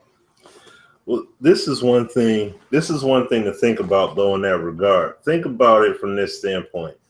Typical fan, whether sim gamer or not or whatever, typical fan is going to play the game. Well, excuse me, no. Let's say during the regular season, right? You see your secondary get toasted, shredded. You see your quarterback overthrowing, underthrowing, receivers not catching balls, all that stuff. You yell at the TV and you get pissed off at it, right? As any fan would do. Oh, man, you ain't make that play. Oh, come on, you're a pro. You're getting paid all this money, blah, blah, blah. So then what do you do to usually release that frustration? You fire up the console and you play the game as that team. Be like, this is how you're supposed to execute. But the difference is, like you just said, if you fire up the game, and you getting smacked around just like your team is in real life, and especially when you're saying, you're about playing simulation football, then what's going to end up happening is you're going to have some people that are going to turn around and instead of yelling at the TV, they're going to turn around and yell at Rex and say, patch, tune, nerf, dial back. And because I'm getting lit up in football now, and I didn't used to get that treatment. No, you have to learn to make the adjustments that you need to make and step your game up in that regard. You got to get better, basically. You know what I'm saying? If you lose your games, then you just end up losing your games. That's just part of the way things go. Like what you said earlier, Sim, there is no. Hey, you said the interview you did with A-Dub the other year, last year, that said it right there. Like, you had somebody literally ask, what's the defense that stops everything? And he's like, there isn't a defense that can just stop everything. That doesn't exist. You know what I'm saying? I'm like, now you can you can dial up a defense that may put you in a good position to make a play, but there is no shutdown, like call this play and you're shutting it all down. No. Doesn't work that way. So that's what I'm saying. I know at the end of the day we're playing a video game, but at the same time, if you want to have that perfect experience, guess what? They cater to you now. They got an arcade setting. Play it on arcade. You know what I'm saying? Your team all of a sudden is the greatest thing since sliced bread, but don't put that thing on simulation and then turn around and whine and complain to Rex because you're getting lit up. So, yeah, and the last thing I'll say on that, and shout outs to London Baker here commenting. He says that in Madden, guys are open in the NFL different than they are in Madden. And his last comment he says in the NFL, you can see things happening dynamically that results in an open man. That's exactly absolutely true. Mm-hmm. But here's the question. Let's be honest. It is a video game, but my question to all of us will still remain. When do we decide that the game is flawed or that ratings are better? Because this is what I hear from a lot of people. Man, I got Sherman out there. He's supposed to be shutting down everything. No, he doesn't shut down everything. No corner does. I mean, yeah, they should be playing it better, but there's no corner that hasn't been beat. So that's what I'm saying. Where do we draw the line in the sand? Of course, we have to acknowledge flaws, like blatant flaws. But where do we accept that maybe you don't have the person that? Prime example, Smitty knows this from when we was at EA Play. Man coverage is tight. And you know what I had to find myself doing when I was going up against a good defense? This year, you better anticipate the route.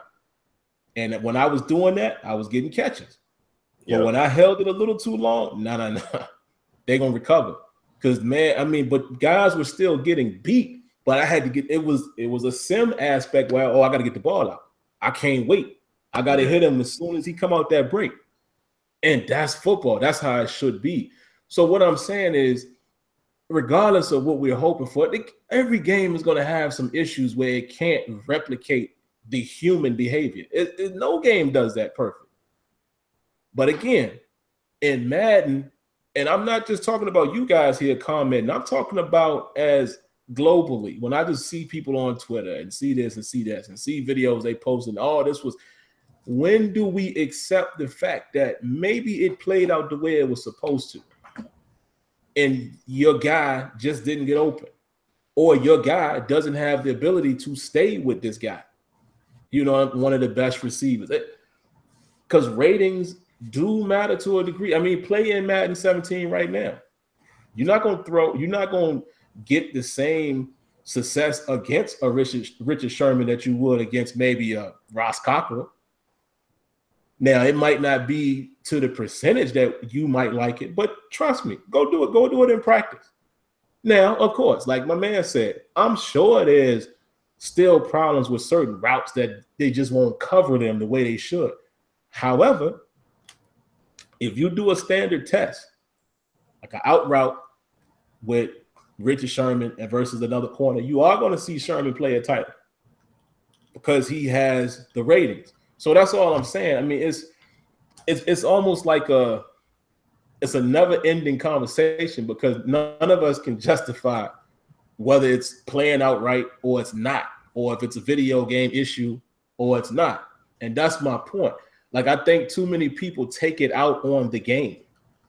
Here's an issue that you can complain about, which I do it every time y'all watch me stream Madden on All Madden.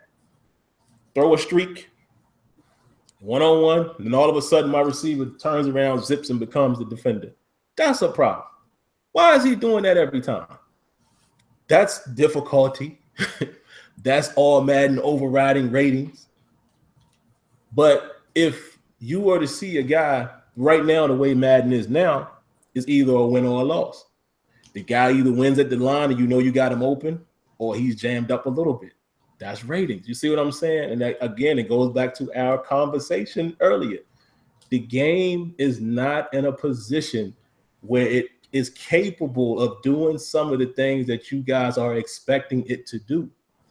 So the argument or the discussion shouldn't be, oh, don't do this and don't do that. The discussion should be, listen, Rex and the team and Suits, what do we have to do to get the game to play more like this? That's what me and Smitty and Azure do. And that's why, again, this is not tooting the horn, but that's why y'all have seen quite a few changes that y'all have heard us talk about. That's why you've heard Rex say publicly, man, shout outs to those Sim Standard guys. You know, he verbatim said, you know, I needed those guys when I came in. And again, y'all miss the little jewel in it. You got to use your third eye. He was telling you then, we need people like this to help me pass my ideas off. How many times have he said that? Even this year. You know, sometimes, man, we got to convince, you know, marketing. You know, we got to explain to them why this needs to be in the game. So that's all I'm saying. All I'm saying is, man, again, at this point, we on this movement. We don't listen to, and listen, I'm not talking about you guys, you know, my man Erlacher and London Baker, not you guys. I'm talking about others. We don't listen to the negativity no more. If you come in negative, yeah, they don't do this, my ears are closed because we don't need that. All we can do at this point is try to get the game to be better. If the game gets better, great. If it doesn't, guess what? Life goes on. That's just where we are with it. All that yapping, what does that accomplish? So just try to give y'all some game, man. You know, we just try to give y'all the knowledge that we have from within, you know what I mean, and share it with you guys. And like Dad said, all you got to do is see it for yourself. They tell you exactly what's going on. For the last 3 years, when we have said, yeah, man, they got to get this in there, it ends up showing up. I mean, Stevie Wonder can figure that out just by listening. You know what I mean? So let's move on. And what we going to talk about here now, Smitty? We've already covered LeBron and the defensive improvements. We hit a lot of Madden there. Oh, you know what? We might as well stick to Madden real quick because we can probably intertwine these two topics. You know, we'll dive right into the slider aspect after this first one. That should be quick. Speaking of the devs, so Sports Gamers Online, shout out to our man Curtis over there, man, the natural, did an interview, and he got Clint to answer the question about mouthpieces. Now, in case you haven't seen it, the link is in the description, right under that part of the description where it shows, you know, Clint's explanation. He basically said, in a nutshell, two things.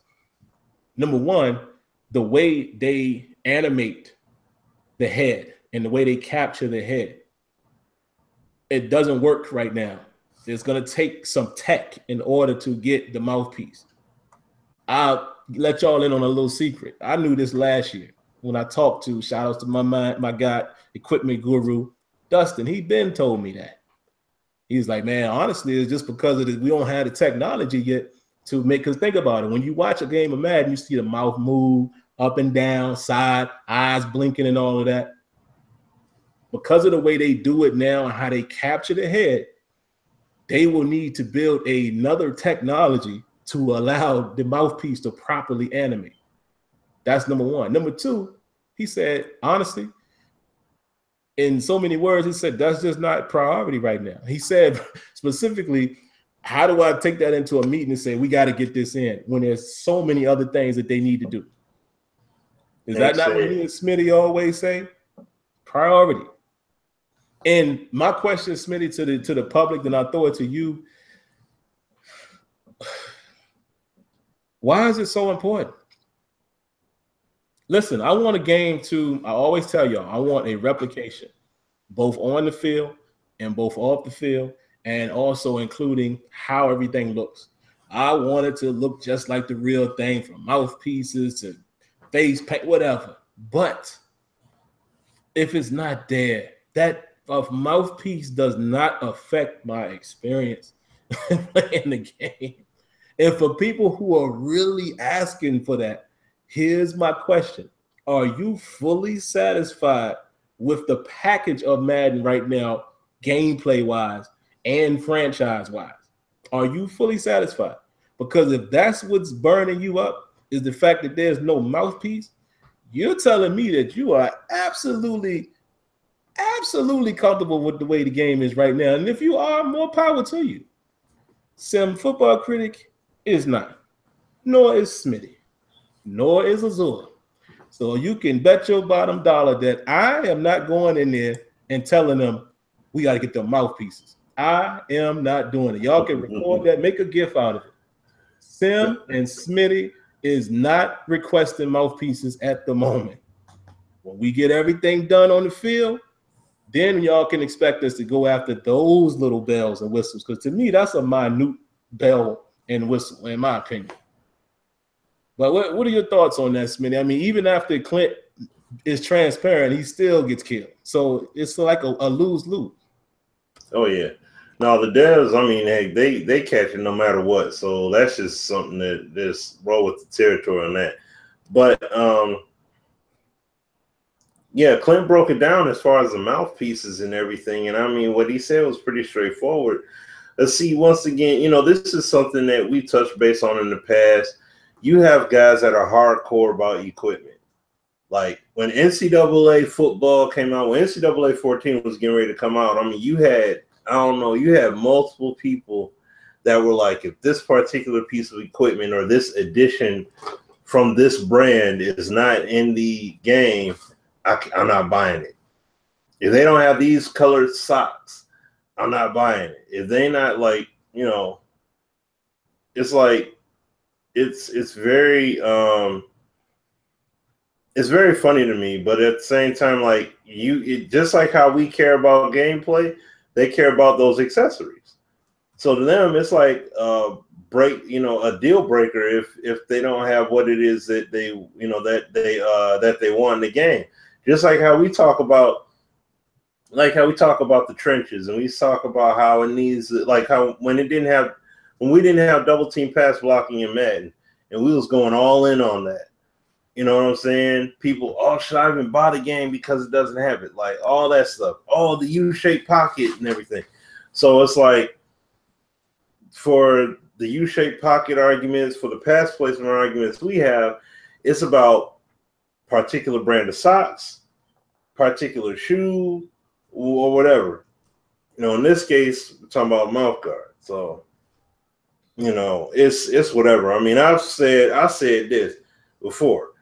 Players, you could have 11 on 11. Everybody got on wife beaters, shorts, and flip flops, or they got on some Crocs, and they just getting it in. They're just getting it in. But the gameplay is stellar. Now it's like once the gameplay is stellar, okay, cool. Now let's re-up. Now let's talk about doing bigger and broader things. So, but that's people are attracted. They're attracted to eye candy. That, in a nutshell. Yeah. That's what it is. And listen, I'm not knocking nobody for that. That's why I said, if that's what is driving you up the wall, then you must be satisfied with the game. And if you are, more power to you. Listen, for a casual fan, Madden 17 is a good game, man. It is. And even for us sim guys, we enjoyed it to the degree that we could. But we are more hardcore. So we want more and more and more. But I'm just saying, if you are the mouthpiece guy, I don't want to hear you complain about anything else. I'm going to be very hard on you. I don't want to hear you complain about nothing in that game except your mouthpieces. Because if that is what's driving you crazy, hey, you're telling me that you are completely satisfied with the game. Again, I will always make this claim. As much as I want CFM to be taken to the next level and, you know, animations to be like signature and all that, I need to see the gameplay there first.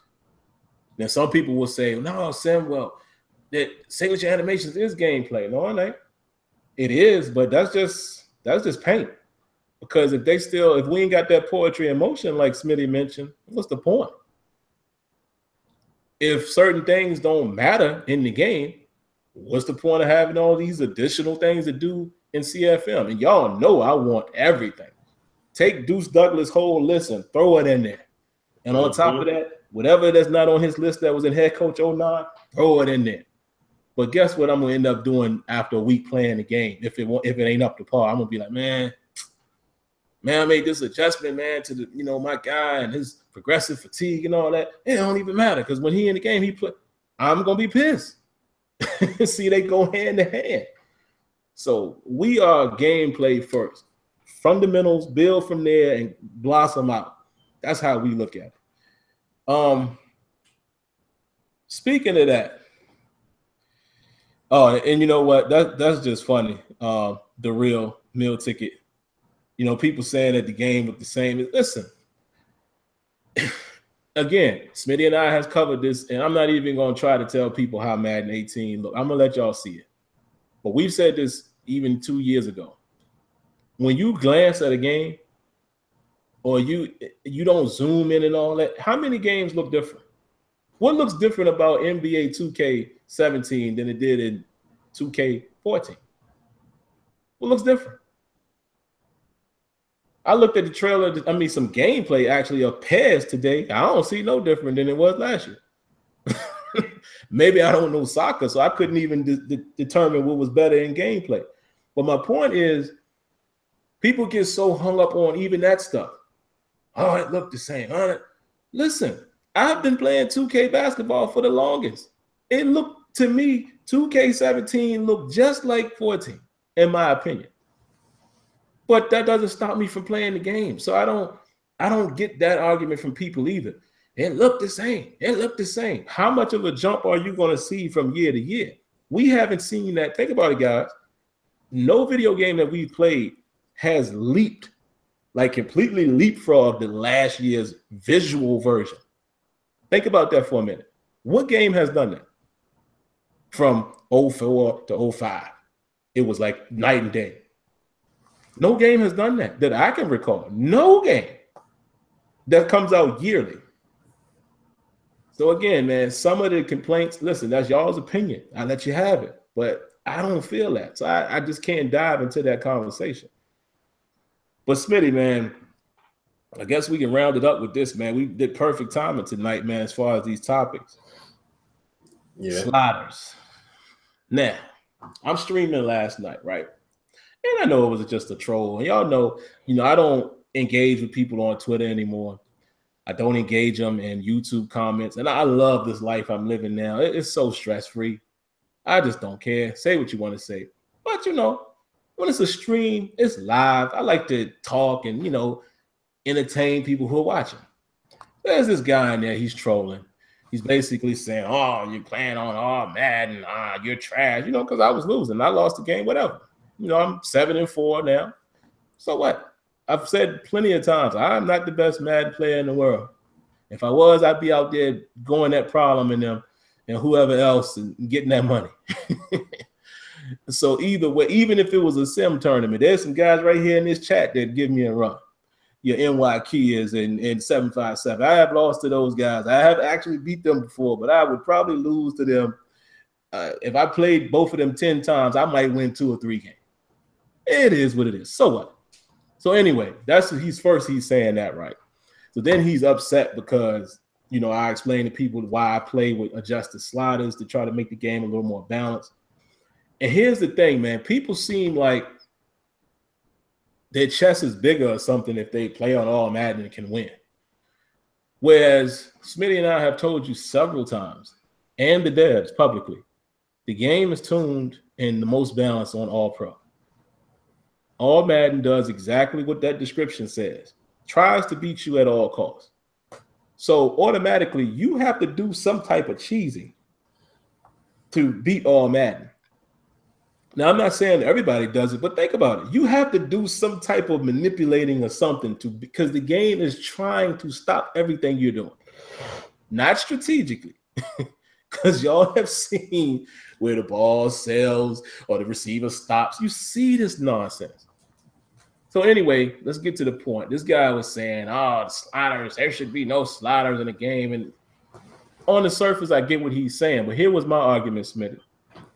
Every single sports game you play, everyone from every single year, probably since, and I can't go back to Nintendo, but I don't know. But let's just say ever since the Genesis and stuff like that, every game has sliders. The only difference is whether or not you can adjust them. That's the reality. Every game, when they build it, they decide where they're going to put the metric. We're going to let it happen this amount of times. And every game. So even if you don't want to, if you want to take that with a grain of salt, I'll give you a better example. Does NBA 2K have sliders that you can adjust? How about FIFA?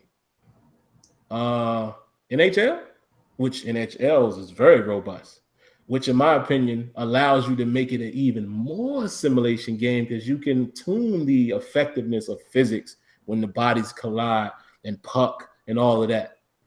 What else? I'm pretty sure MLB has sliders, which I showed in the stream. So here was my point, Smitty. If a game does or doesn't have sliders, where's the number where you're going to be happy? Because let's not forget when we were playing all of those prior gen games that didn't have sliders. Because me and you both has referenced this before. Weren't there bugs in the game? Wasn't there stuff that we just didn't seem played right? So, again, guys, as I mature and learning more about gaming, my arguments are changing over the years. I'm not the type of guy no more that just says the game shouldn't have no sliders, because I'm going to be honest with y'all, man, and I was guilty of this. Smitty knows this. I used to say that all the time. It should just come right out of the box and play football. True. But what's the definition of that? We don't know. The only reason why we don't know is because the game comes with sliders. You go look at Madden right now, cut it on default. It's 50, 50, 50, 50, all the way down on whichever default you play on. So what does that mean? Is just saying 50% of the time, or it's either going to be a win or loss. So my question to all of you guys is, what does the term mean when you just say there shouldn't be any sliders? You know what it is, Smitty? It goes back to what we discussed like 15 minutes ago. The game is not in position to perform the way that you are expecting it to perform.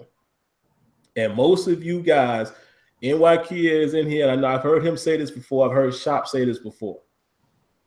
I can promise you now, most of you guys, if this game was fully authentic, fully, every single aspect that we want is in the game, the physical stature and the matchups and blah, blah, blah, most of you guys would lose your mind if you were playing with like the Jets or the Browns and you can't never beat the Patriots. I mean, never. You would be livid. You would not want to build your team accordingly like you have to do in the real world to compete. You wouldn't want a sim game. I'm telling you, you wouldn't want it. You wouldn't want that bobble snap. We would, but I guarantee you. So that's always a funny thing to me, Smitty, man, because I think in this day and age, sliders just give you the ability to customize your experience. And to end my point, that's exactly what we're getting with simulation, arcade, and competitive. Again, NBA 2K already had that, where you could choose casual, simulation, et cetera, et cetera. NHL already had it. FIFA already had it.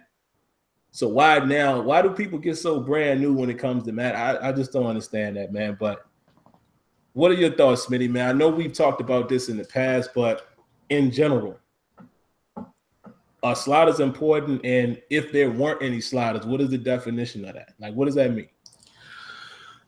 Well, basically, I mean, does it the sliders are governing outcomes in regards of the game and the flow of it. So you definitely need to have you definitely need to what's the word that's in my mind? Oh, with sliders, I'm more of, I don't want sliders. Give me the experience and then let me go about my way. When it came to NBA Live, and this is a good example, NBA Live 14 and 15, you didn't have that ability either. You was just at the mercy of the game. You didn't have sliders and stuff. Mm-hmm. But people complained about it, and that's what ended up happening. Like they had made it happen. They had added that in. So, it sucks. Definitely sucks. But that's what it is. You know what I'm saying? And I mean, like I've always said, my belief on sliders is this. Sliders should be used to enhance the experience as far as what already is there. Yes. You know what I'm saying? So if it has to be the remedy, the Band-Aid or whatever for the game, then that's in serious trouble. Agree. So that's something that I feel it has to change, as like, I know it's not going to change in Madden. They're going to keep them, but I would love for it to go back to the time basically when we would play the game based off of how the game played us and the experience level that we had on. Not like, how it is now. Like, so that's why I'm just saying, like, it's, it's cool to it's cool to go in and be able to modify however you play, and everything is in accordance to the slider sets and all that. That's cool because you give options there. But like I said, on an overall, I would rather it be without options. Unless when the game is tuned, it's basically tuned perfectly. Like everything is tuned exactly where it needs to be. If that's not the case, well then don't have to get to looking. You know what I'm saying? But I just personally would rather not have sliders and everything in the game, because then see what that also leaves room for, Sim, and I'll close it with this point. It leaves room for development error in the sense of, hey, this is where we have it set to right now. Oh, well, I got to turn this up. I got to do this and do that and everything. I got to fix it. When you shouldn't have to. You should be able to just outright play and enjoy the game based off of how they worked, how they built it out, and that's it. So, but like I said, that's the old school mentality of me when it comes to that. So I agree with just a couple things. I agree with the premise of it shouldn't be a Band-Aid, because y'all know I've always said, I've even pitched this idea to Rex, knowing that it would take extremely long time to even rearrange everything like that. My idea for sliders is it should be effort. That's what a slider should be. You turn pass blocking to 100. What that's telling your lineman at all costs, protect the quarterback. But what also would happen in this case, he might get called for holding more because he just might not be a good matchup against Von Miller. Ratings are still playing out. But the 100 pass blocking is that this dude gonna do what he got to do. He might hold. It's essentially is like what you're doing with coach adjustments. Not saying it's the same thing, but essentially that's how I would want it. You telling them to be very aggressive with pass blocking, so you turn it up to 100. That don't mean that he gonna block everything, because your offensive line might suck. Mm-hmm. Same thing with pass coverage. Do whatever you can to stay with your man. that means he might hold and he gets beat. You know, he might trip over his own feet because he's trying to stay in position so much, but he just ain't agile enough. That's what sliders should be. Mm-hmm. The only part that I would have to say I kind of see it a little different. I'm with you with the old school way, but I have to remind myself, was the old school way really best? I mean, back in them days, I wasn't diagnosing these games the way I did now. I wasn't. I was playing them and enjoying football, but I can promise you 2K5, Madden 05 era, I wasn't dissecting the simulation component of the game then. I just wasn't. So I say all that to say this. I'm sure there was a lot of problems.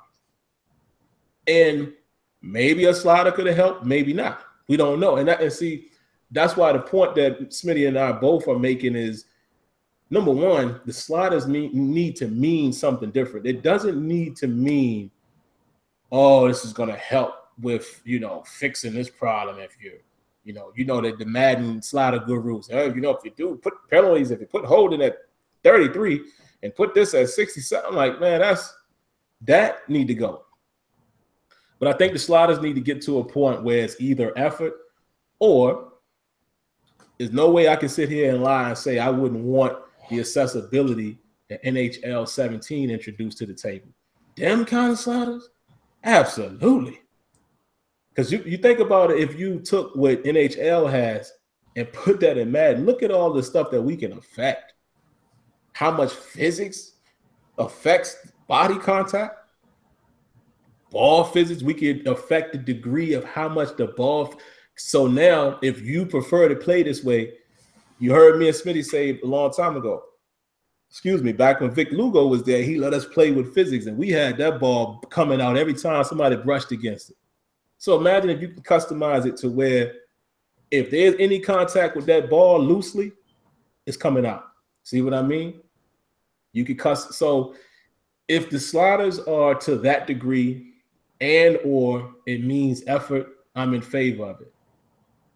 If not, to me, I just feel like it's placebo. And I kind of feel like that's how it's been in Madden, because I played with sliders, and Smitty knows we always test them. I put sliders on 0 pass coverage on a recommendation of some people. I put it up to 100. I can honestly say I didn't see a drastic difference. The only thing that looks different to me is things like catching. Clearly, when you turn interceptions to 0, oh Lord. Or if you put passing to 0, you ain't gonna hit the side of a barn. And to me, it shouldn't be. See, that's a tricky one, because again, I said effort. That's still tricky. How would you define that with passing, even if you use my method? If it's on 0, is he gonna do 0 effort and just throw it like that? So it's a tough situation, man. But I feel like things that, well, you know what, Smitty, that brings me to another point here before we wrap up. Maybe there should only be sliders for certain aspects. For example, there probably shouldn't be a slider, in my opinion, for passing that's adjustable. I know there's always going to be a back end thing, but turning it up to 100% accuracy, this is not realistic. I mean, you should always still be able to distinguish different quarterbacks. But maybe, like I said, something like pass blocking and stuff like that, I could see the effort scenario coming into play, because you're just telling him, man, I need you to try to hold your block at all costs. I need maximum effort, blah, blah, blah. There's certain things like that, I think it would work. But I don't know, man. That's a real tough one. On one hand, I do agree with what Smitty said. On the other hand, I don't know. I just don't know how you could differentiate the difference between not seeing sliders and having the ability to adjust them. Because at the end of the day, like I said, I've tried every slider set known to man for the most part, and mostly the game still plays the same way. So allow us to customize our experience. It needs to be a la NHL, but I need to, definitely define exactly what sliders do. But guys, that's about all I got, man. I did want to make a quick comment here, man, Smitty. I see some guys talking about access football and stuff like that, and kind of trolling it. Let me just say this: I applaud the efforts of all of those guys, the Canadian football, everybody who's trying. I will never trash or bash anybody who's trying to do something. That's their work. That's their baby. Yo, do you?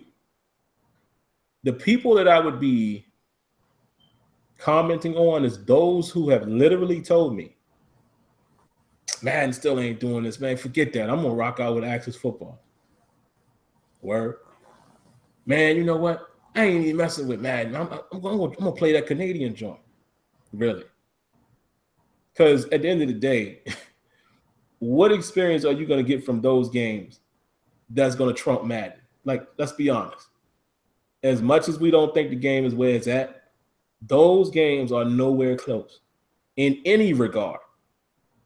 It don't look the same. It doesn't have the same features. Gameplay is not up to the same standard.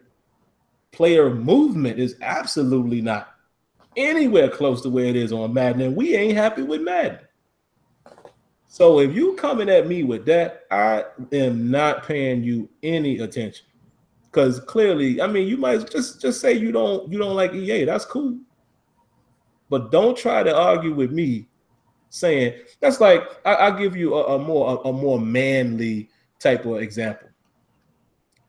That's like you pulling up in a Ferrari and the cat beside you pulls up in a Ford Focus. And he telling you, man, I ain't even rocking with that Ferrari. I'm good with this Focus. I could do 100 in this. Stop it.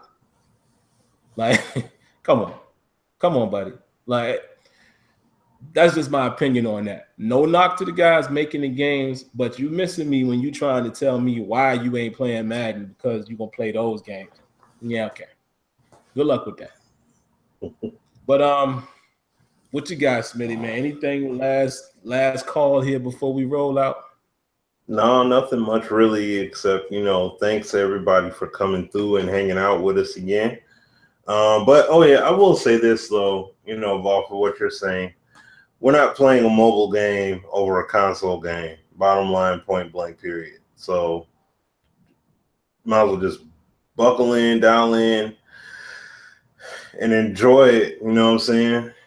Enjoy the game and all that good stuff, man. But like I said, we're gonna enjoy these console games for people that got 4K TVs, PS4 Pros, and looking to get that Xbox Scorpio and everything else. So it's like you have all these games that are ready for the high res gaming, but then you have some of these lower tier projects where it's like, I'm sorry, I can't. You know what I'm saying? So no, I can't do it. And I'm playing live mobile as well. But I mean, look, as soon as NBA Live come out on console, that's what my primary focus is going to be. You know what I'm saying? Like, it's going to be on that, even though the game is fun, but it does not count for an 82 game season long video game, because of how the way that game works. So no, but that's a dope mobile game, by the way. Yeah, it is. I listen, y'all can call me campaigning EA all you want. That game, live mobile is official in terms of a mobile game. Even the way the game moves, man, it plays better than Live 16. In my opinion, the game it's a mobile product, but the game is actually good for something to pick up and play while you sitting at the train or whatever. I love it, man. It's a nice little game there. But yeah, I guess that's it, guys. I won't dive too far into this, but I'm gonna just say it and put this cliffhanger out there. Maybe next week I'll talk about why I'm not buying. I will not be getting Project X. No, Xbox X or whatever it's called. I just don't. Y'all got to convince me. There's no way. Well, since I'm on it, I'll spend 2 seconds on it. I don't see the reason to get it. Me personally, I'm not buying it just for graphics because I can almost guarantee it is not going to be leaps and bounds over the PS4 Pro, which I already have. But the number one reason why I'm not getting it, definitely not rushing to get it. What game am I playing on it that I must have? Everything that is basically right now is multi-plat. Now, the only way that I would jump on it is, let's say something like Madden is a night and day game. I'm talking gameplay and all, but we know that ain't true. It's the only way. But other than that, no. It's not going to... Your games right now look good on your PS4, your regular one, don't they? And you know what people have said about the Pro? Yeah, it looks a little better, but that's what the X is going to be. It's not going to like stomp the Pro in the ground. So if you want to spend your $500, that's on you, but I'm not. I will not. I will not do it. I'm saying it right now. I'm going to need some real reason to get that. The exclusives don't even incite me. PlayStation has killed Xbox the last few years with exclusive content. Like the exclusives, come on, man. I mean, I don't know. I ain't fooling with that. Just thought I'd say that. But all right, man, this has been our show. We appreciate you guys like always. We're going to always remind you, if you want to come on, don't hesitate. Come on. We'll bring you in. It seems like we always have the same guests. So some of you guys, man, I don't know. Y'all just don't want to be involved, but please do. And if you're not involved live, be involved with giving us topics, because this is a lonely period right now. So we would definitely want to at least speak on some things that you guys want to hear. If not, I'm sure we'll come up with something every week like we have been. But that's going to do it, man. Y'all have a nice, peaceful evening. Have a safe weekend. And, hey, we'll get back at you guys soon. All right, man. Y'all take care. Peace. Peace.